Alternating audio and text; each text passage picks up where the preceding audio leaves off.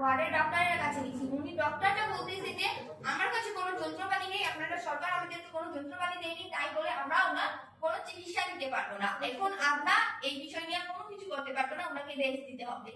Rest দিলে কি সবকিছু হয়? রেস্ট যে দিব, আমরা রেস্ট দেওয়ার জন্য ওনার মাতৃকালীন ভাবে কোনো ছুটি নেই। তো এখন আমরা কি করবো? আমরা সব দিক থেকে ভুগন্ত রোগী, আমরা সব দিক থেকে ভুগতে আছি।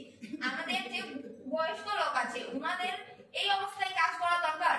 উনি অসুস্থ আছে, উনি ছুটির জন্য ইনচার্জের কাছে গেছেন। ইনচার্জ বলতে যে দিন মজুর হিসাবে যেহেতু উনি কাজ করবে তো বেতন পাবে, না পেলে নাকা দেওয়া হবে। এখন আমরা এগুলো নিয়ে কার কাছে যাবো? আমরা স্বাস্থ্য কেন্দ্রে আমাদের কোনো সুযোগ সুবিধা নেই। এখন আপনিই বলেন আমরা কাজ কিভাবে করব আর কি করব, আপনি বলেন আমাদের।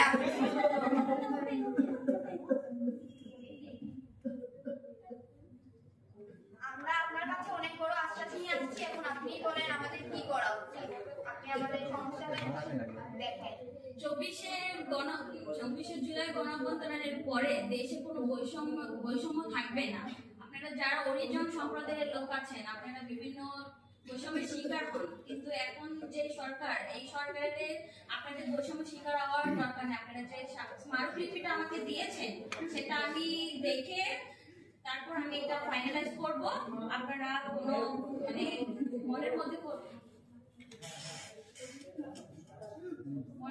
কোনো কষ্ট রাখবেন না, আপনারা নিশ্চিন্তে থাকেন। আপনাদের সমস্যার সমাধান আমি দেখছি। গর্ভবতী মহিলাদের জন্য একটু অত্যন্ত প্রয়োজন কোনো কিছু আপনারা করেন। গর্ভবতী মহিলাদের জন্য ছুটির ব্যবস্থা আমি মাতৃকালীন আমার এখানে আমার একটু কথা আছে, সেটা হলো যে আমরা যারা হরিজন জনগোষ্ঠী যারা এই পরিচ্ছন্নতা পেশায় আছি এবং এই নিরাপদ শহরকে আরো নিরাপদ রাখার জন্য আমাদের জীবন দিয়ে চেষ্টা করছি। আমাদের মায়েরা আসলে নিরাপত্তাহীনতায় ভুগছে, তাদের নারী যেমন স্বাস্থ্যগত অবস্থা আপনি নিজেই দেখছেন, একজন প্রেগনেন্ট মহিলা কাজ করতে করতে রোডে পড়ে গিয়েছে, কিন্তু তার দেখার কোনো উত্তর সিটি কর্পোরেশন, দক্ষিণ সিটি কর্পোরেশন, যে সিটি কর্পোরেশনের আন্ডারেও আসলে দেখার কেউ নেই। এই ব্যাপারগুলো একটু নীতিমালা এনে যদি তাদেরকে সুরক্ষা দেওয়া যায়, তাহলে তাদের এই পরিচ্ছন্নতা পেশাটাকে যেমন জীবন দিয়ে আগলে রাখবে, তেমনি তাদের স্বাস্থ্য ব্যাপারে স্বাস্থ্যগত অবস্থা কিন্তু আসলে ঠিক থাকবে। আর আপনি তো জানেন একজন নারী তো কিছু শারীরিক অসুস্থতা থাকে, সেই ব্যাপারেও যদি রাষ্ট্র বা সরকার উদ্যোগ নেই, আপনি যেহেতু বর্তমান